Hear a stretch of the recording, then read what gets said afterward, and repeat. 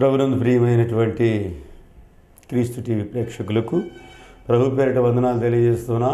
తిరిగి మీతో కలిసి దేవుని వాక్యాన్ని పంచుకోవడానికి దేవుడు నాకు ఇచ్చిన ఈ శ్రేష్టమైన సమయాన్ని బట్టి వందనాలు చెల్లిస్తున్నా. ఈ దినం ప్రార్థనతో కార్యక్రమాన్ని ప్రారంభించుకుందాం. ప్రేమైన దేవ పరిశుద్ధుడా, దొనకొండ ఏబిఎం చర్చ్ నిర్వహిస్తూ ఉన్న జీవజలాల కార్యక్రమాన్ని బట్టి మీకు స్తుతి వందనా చెల్లిస్తూ ఉన్నాం. అనేక మంది బిడ్డలు నీ వాక్యమును వింటూ వీక్షిస్తూ ఉన్న ప్రతి వారిని కూడా మీరు దీవించి నీ వాక్యంతో బిడ్డలు మీరు నింపి రక్షణకరమైన మార్గములలో ప్రతి వారిని మీరు నడిపించి అంచె దినాల్లో మీ కొరకు నన్ను మమ్మల్ని మీరు సిద్ధపరచమని నేటి వాక్య భాగం మీరు దీవించి మా అందరి ఆత్మీయ మేలు కొరకు విస్తరింప చేయమని యేసునామమున అడుగుచున్నాం తండ్రి, ఆమేన్. ప్రభునందు ప్రియమైనటువంటి దేవుని బిడ్డలారా, దినం మనం కీర్తన గ్రంథం 121 1 నుండి 2 వచనాలు చదువుకుందాం. పరిశుద్ధ గ్రంథము నుండి కీర్తన గ్రంథము 121 1 2 వచనాలు. కొండల తట్టు నా కన్నులెత్తుచున్నాను, నాకు సహాయం ఎక్కడి నుండి వచ్చును? యెహోవా వలననే నాకు సహాయము కలుగును. ఆయన భూమి ఆకాశములను సృజించినవాడు. ఆయన భూమి ఆకాశములను సృజించినవాడు.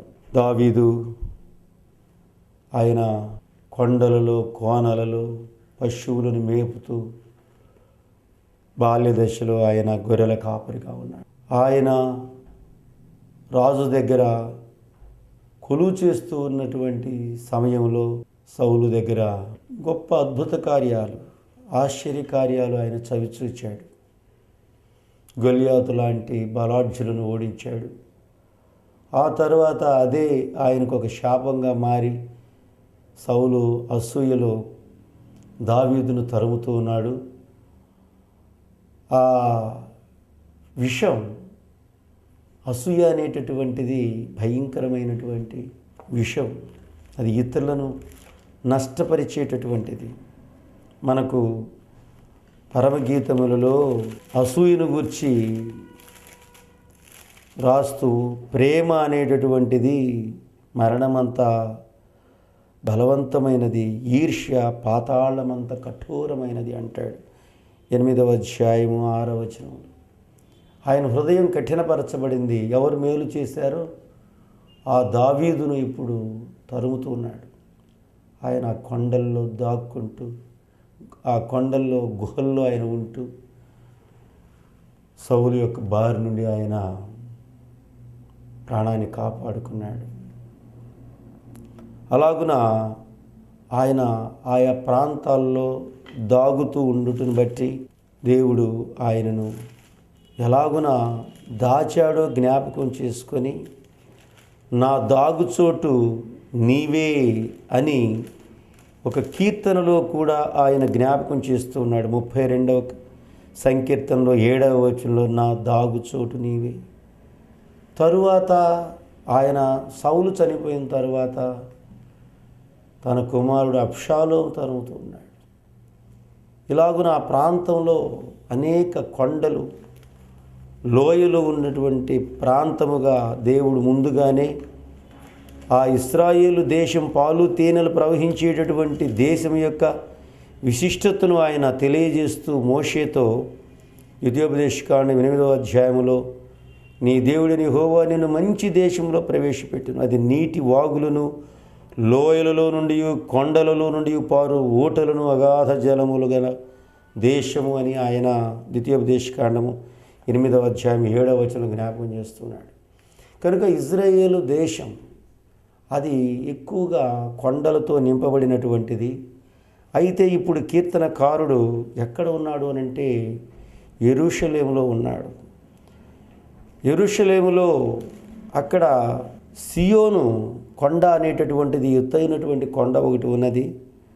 అది ఆ వరుసలో 5 కొండలు ఉన్నాయి. వాటిలో ఈ సియోను అనేటటువంటి కొండ పెద్దది. ఒకటి అక్ర, రెండవది బెజితా, మూడవది మోరియా, నాలుగవది ఓఫిల్, ఐదవది సియోను. ఈ కొండలు అన్నీ చుట్టూ అవన్నీ కూడా ఒక రక్షణ దుర్గంగా యెరూషలేముకు అవి చుట్టూత కొండలు ఉన్నాయి. సమూయేలు 2వ గ్రంథములో 5వ అధ్యాయము 6 నుండి 9 వచనాల్లో గతంలో అది యెబూసీయులు నివసించేటటువంటి పట్టణము. తరువాత దానిని దావీదు దాన్ని ఒక ముఖ్య పట్టణంగా ఏర్పాటు చేసుకున్నాడు. సమూయేలు 2వ గ్రంథము 5వ అధ్యాయము 6 నుండి యెబూసీయులు దేశములో నివాసులై ఉండగా రాజును అతని పక్షము వారును యెరూషలేమునకు వచ్చి యెబూసీయుల దేశములో నివాసులై ఉండగా రాజును అతని పక్షము వారును యెరూషలేమునకు వచ్చి యెబూసీయులు దావీదు లోపలికి రాలేడని తలంచి నీవు వచ్చినలా ఇచ్చటి గ్రుడ్డివారును కుంటివారును నేను తోలివేతురని దావీదునికి వర్తమానం పంపి ఉండిరి. ఆయనను దావీదు పురమనబడిన సియోను కోటను దావీదు స్వాధీనపరుచుకునేను. అక్కడ దావీదు పురమును సియోను కోట, అప్పటి నుండి అది ఆ సియోను కోట అనేటటువంటి పేరు దానికి కలిగింది. దావీదు ఆ కోటలో కాపురం ఉండి దానికి దావీదును పురమును పేరు పెట్టెను. మరియు మిస్లో నుండి దిగు వరకు దావీదు ఒక ప్రాకారం కట్టించెను. ఇప్పుడు అక్కడ దావీదు ముఖ్యమైనటువంటి పట్టణంగా, క్యాపిటల్ సిటీగా దాన్ని ఏర్పాటు చేసుకున్నాడు.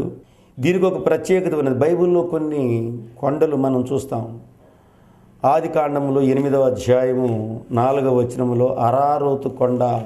జలప్రళయం అయిపోయిన తరువాత నోవహు ఓడ అరారోతు కొండ మీద నిలిచింది. 7వ నెల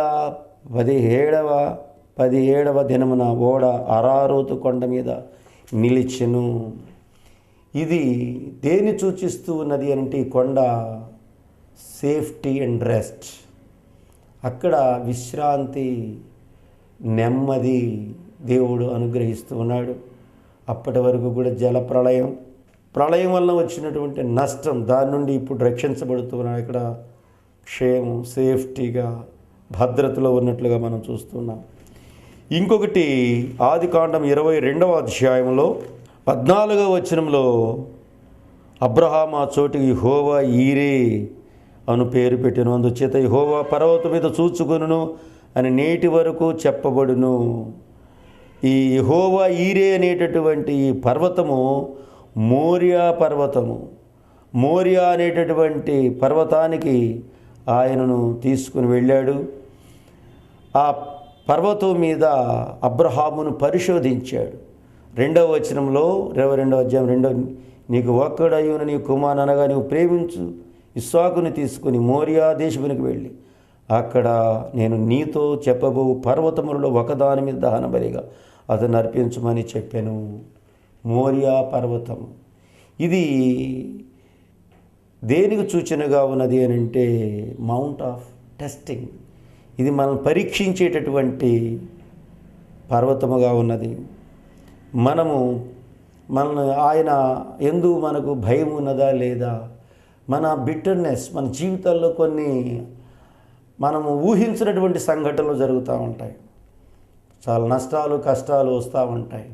అలాంటి సందర్భంలో దేవుని కొరకు నీవు నిలుస్తావా లేదా పరీక్షించబడాలి. అబ్రహాము ఆ పరీక్షలో నెగ్గాడు. అందుచేతనే ఆయన ఆకాశ నక్షత్రముల కంటే ఇసుక రేణువుల కంటే విస్తరించాడు. అలాగనే మరి ఒకటి మనకు అరణ్యములో మోషే ద్వారా ధర్మశాస్త్రం ఇవ్వబడినటువంటి ఆ ఎత్తైనటువంటి కొండ ఒకటి ఉన్నది, సీనాయి పర్వతం. నిర్గమకాండములో 19వ అధ్యాయము 20వ వచనంలో యెహోవా సీనాయి పర్వతం మీది అనగా పర్వత శిఖరం మీదికి దిగి వచ్చెను. యెహోవా పర్వత శిఖరం మీదికి రమ్మని మోషేను పిలువగా మోషే ఎక్కిపోయాను. అక్కడ ధర్మశాస్త్రము దేవుడు ఇచ్చాడు. దేవుని యొక్క సన్నిధి, పర్వతాలు అనేటటువంటివి దేనికి సూచనగా ఉన్నాయి అని అంటే పర్వతాలు దేవుని సన్నిధి. అక్కడ దేవుని యొక్క ధర్మశాస్త్రం, మనం ఎలాగున ఈ లోకములో నడుచుకోవాలో ఆ గైడ్ లైన్స్ అన్నీ కూడాను మన జీవితం సంతోషంగా దీవెనకరంగా ఉండాలి అని అంటే ఈ పర్వతం మీదికి మనం ఎక్కాలి. అక్కడ దేవుని యొక్క ఇన్స్ట్రక్షన్స్ ఆయన మనకు అనుగ్రహిస్తాడు, ఆయన ఉపదేశాలు మనం వింటాం. అందువలన ఇది the mountain of the law. ఇంకొకటి మనం చూస్తాం, ఇది కల్వరి కొండ. లూకా సువార్తలో 23వ అధ్యాయము 33వ వచనములో, 23వ అధ్యాయము 33వ వచనము, వారు కపాలమనబడిన స్థలమునకు వచ్చినప్పుడు అక్కడ కుడివైపున ఒకరిని ఎడమ వైపున ఒకరిని ఆ నేరస్తులను అతనితో కూడా సిలువ వేసిరి. కింద ఆ కపాలమనబడిన అన్న స్థలం దగ్గర కల్వరి కొండ. ఇది రక్షణ కొండ. మనందరి కొరకు ఆయన తన రక్తమును చిందించి తన ప్రాణమును ధారపోసినటువంటి స్థలం. కనుక ఈ కొండ అనేటటువంటిది, పర్వతము అనేటటువంటిది రక్షణకు సూచనగా ఉన్నది, రక్షణకు సూచనగా ఉన్నది. ఈరోజు మన జీవితాల్లో దేవుడు మనకు రక్షణ ఆయన అనుగ్రహిస్తూ ఉన్నాడు. పర్వతము అనేటటువంటిది ఆయన మన కొరకు ప్రాణమును పెట్టినటువంటి స్థలం. అలాగున్నే అపోస్తుల కార్యాల గ్రంథములో 1వ అధ్యాయము 11వ వచనములో, గలిలయ మనుషులారా, మీరెందుకు నిలిచి ఆకాశం వైపు చూచుచున్నారు? మీ వద్ద నుండి పరలోకమునకు చేర్చుకొనబడిన ఈ యేసే ఏ రీతిగా పరలోకమును వెళ్ళుట మీరు చూచితిరో ఆ రీతిగానే ఆయన తిరిగి వచ్చునని వారితో చెప్పిరి. అక్కడ గలిలయ ప్రాంతములో ఉండేటటువంటి ఒలీవల పర్వతం మీద ఆయన ఆరోహణమైపోయాడు. మళ్ళా ఆయన తిరిగి అదే రీతిగా ఆయన వస్తాడు. కనుక ఈరోజు మనము ది మౌంట్ ఆఫ్ ఆలివ్, ఆయన తిరిగి వచ్చేటటువంటి కొండ, మనము ఆయన రాకడ కొరకు ఎదురు చూస్తూ ఉండాలి. ఆయన రాకడ కొరకు మనము కనిపెట్టుకొని ఉండాలి. అందువలన ఆయన ఈ మాటలు చెప్పి ఆరోహణమైపోయినట్లుగా, కన్నులకు కనపడకుండా ఒక మేఘము ఆయనను కొనిపోబడినట్లుగా మనం చూస్తూ ఉన్నాం. ఎక్కడైతే ఆరోహణమైపోయాడో అదే స్థలానికి ఆయన తిరిగి రానయ్యున్నట్లుగా మనం చూస్తూ ఉన్నాం. కనుక ఈరోజు మనము ఒకసారి ఒలీవల కొండ దేనికి సూచనగా ఉన్నది అని అంటే, జీసస్ విల్ కమ్ అగైన్, ఆయన తిరిగి వస్తాడు. దాని కొరకు మనము కనిపెట్టవలసినటువంటి వారమై ఉన్నాం. దాని కొరకు మనము కనిపెట్టడం, రెండవ రాకడ కొరకు మనం కనిపెట్టడం, ఈరోజు మన విశ్వాసాన్ని అప్పటిదాకా కాపాడుకోవాలి, ఒకవేళ మనం బ్రతికి ఉంటే.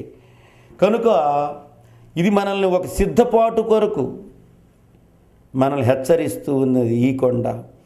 అలాగుననే మరొక మాట మనకు 12వ వచనంలో, అప్పుడు వారు గలిలయ వనబడిన కొండ నుండి యెరూషలేమునకు తిరిగి వెళ్ళిరి. ఇది ఒలీవల కొండ. మరొక కొండను మనము పరలోకంలో చూస్తాం. మనము సియోను అనేటటువంటి కొండను గురించి మనం చెప్పుకున్నాం. ఇది పరిశుద్ధ పట్టణము అని, అక్కడ దేవుడు రాజ్యపాలన చేస్తాడని యూదుల యొక్క నమ్మిక.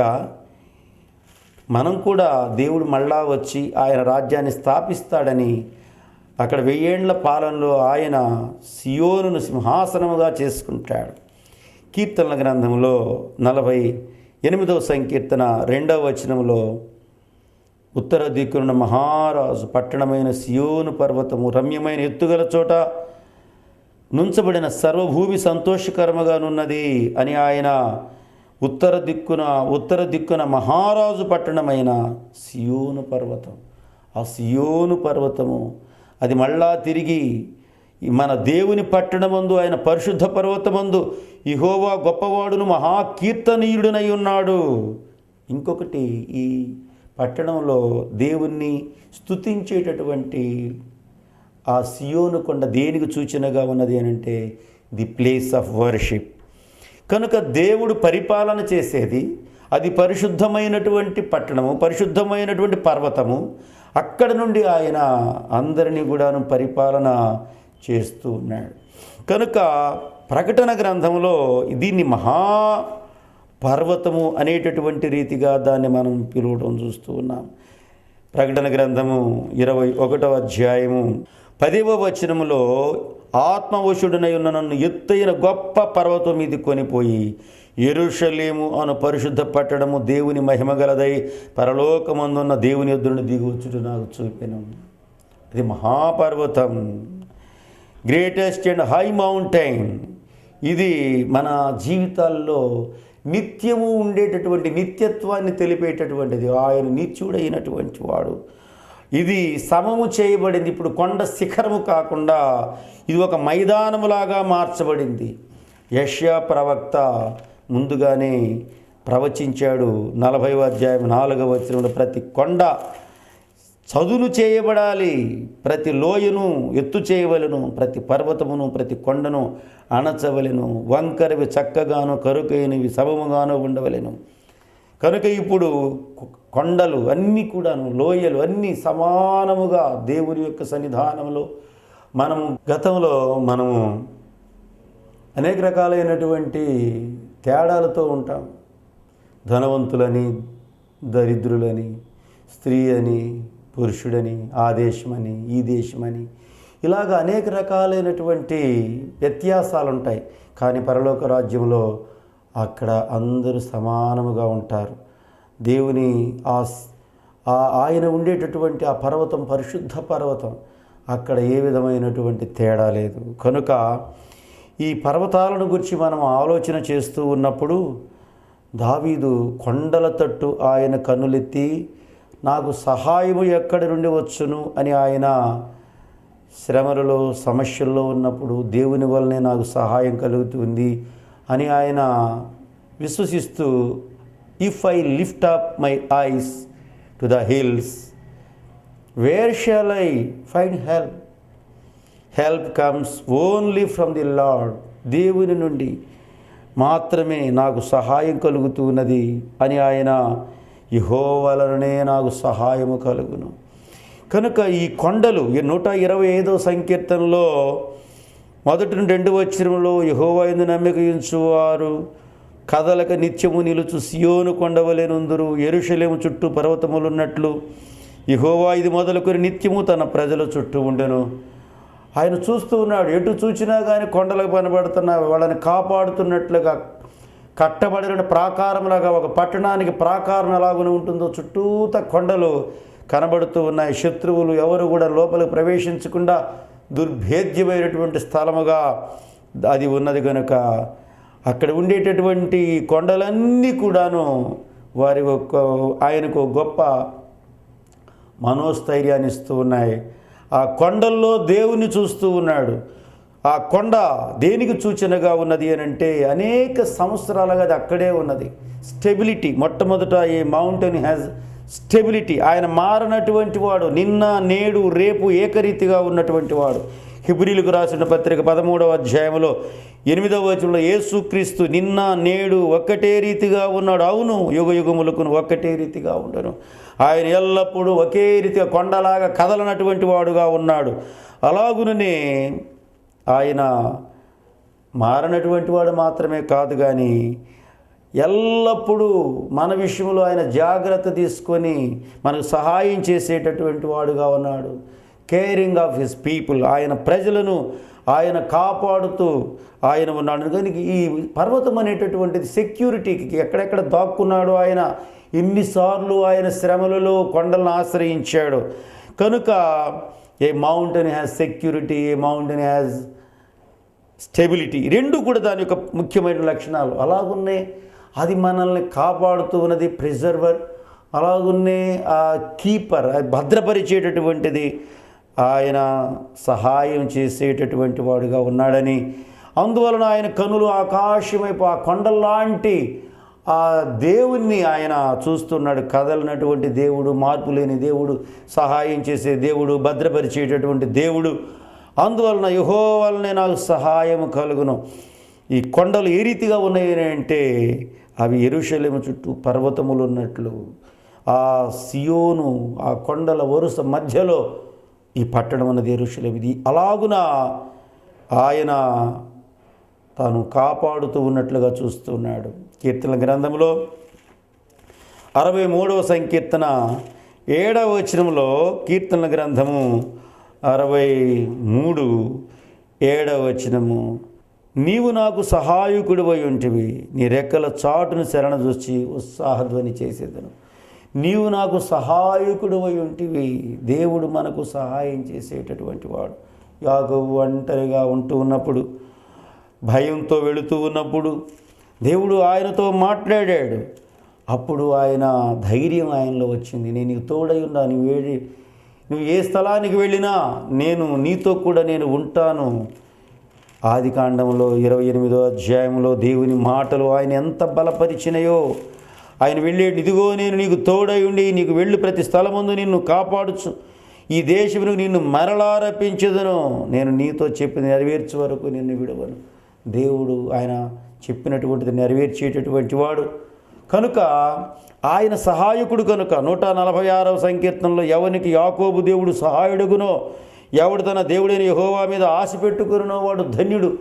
యాకోబు జీవితంలో సహాయం చేసే దేవుడిగా కనపడతాడు. God is our helper. ఆయన నుండి మనకు సహాయం. యాకోబు జీవితంలో దేవునికి సహాయకుడుగా, అదే అబ్రహాము జీవితంలో నేను సర్వశక్తి గల దేవుడిని అంటాడు. ఆల్మైటీ గాడ్గా అబ్రహాము జీవితంలో ఉన్నాడు. కానీ యాకోబు జీవితంలో సహాయం చేసేటటువంటి దేవుడు.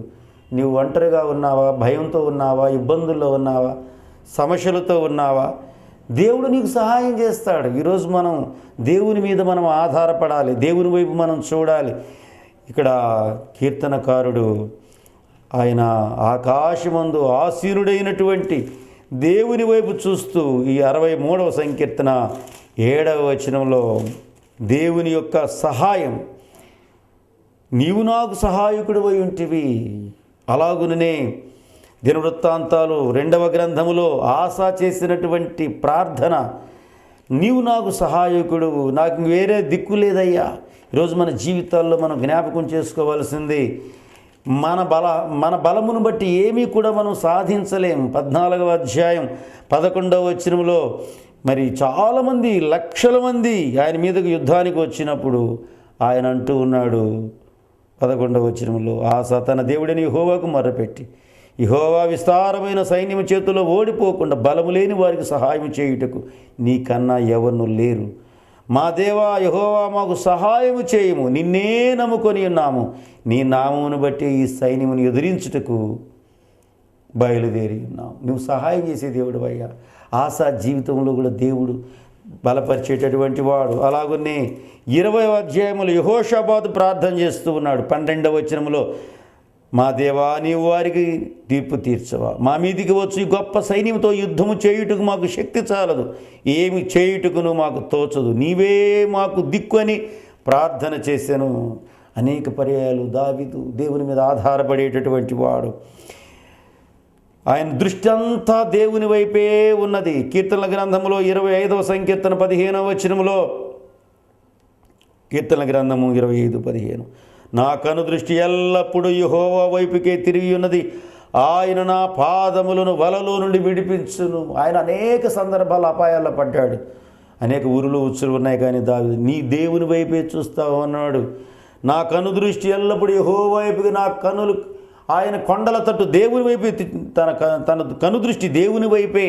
అందుకనే 124వ సంకీర్తనలో 124వ సంకీర్తన 8వ వచనంలో, భూమి ఆకాశములను సృజించిన యెహోవా నామము వలననే మనకు సహాయము కలుగును. దేవుని యొక్క సహాయం మనకు కలగాలి అని అంటే మొట్టమొదటి దేవుని నమ్మాలి. దేవుని నమ్మకపోతే నీవు దేవుని మీద ఆధారపడలేవు. కీర్తన గ్రంథము 28వ సంకీర్తన 7వ వచనంలో, యెహోవా నా ఆశ్రయము, నా కేడము, నా హృదయము ఆయన యందు నమ్మిక ఉంచెను గనుక నాకు సహాయము కలిగెను.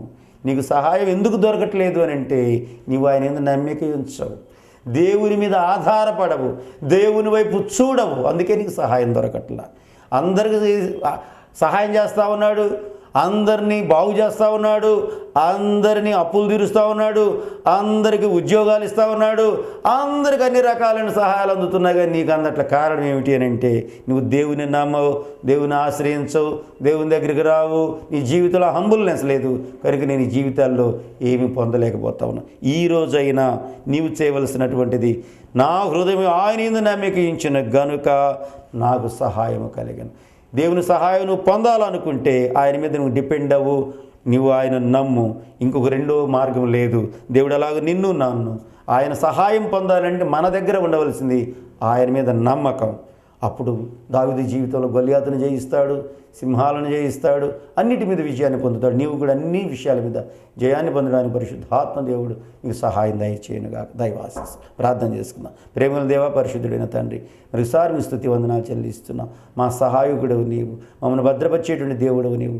ప్రతి విధమైన శ్రమలలో మీరు మాకు సహాయం దయచేసి మీరు దీవించి ఆశీర్వదించి బలపరచమని, ప్రత్యేకంగా ఈ దినం ఈ కార్యక్రమాన్ని స్పాన్సర్ చేసిన కుటుంబాన్ని మీరు దీవించమని యేసు నామమున అడుగుచున్నాం తండ్రి, ఆమేన్. మన పరమ తండ్రి దేవుని ప్రేమ, మన రక్షకుడు క్రీస్తు కృప, పరిశుద్ధాత్మ సహవాసం ఈ కార్యక్రమాన్ని వీక్షిస్తున్నటువంటి బిడ్డలకు సహాయం చేసి ఈ స్పాన్సర్ చేసిన కుటుంబానికి ఇప్పుడు ఎల్లప్పుడు సదా తోడై నడిపించునుగాక. ఆమేన్.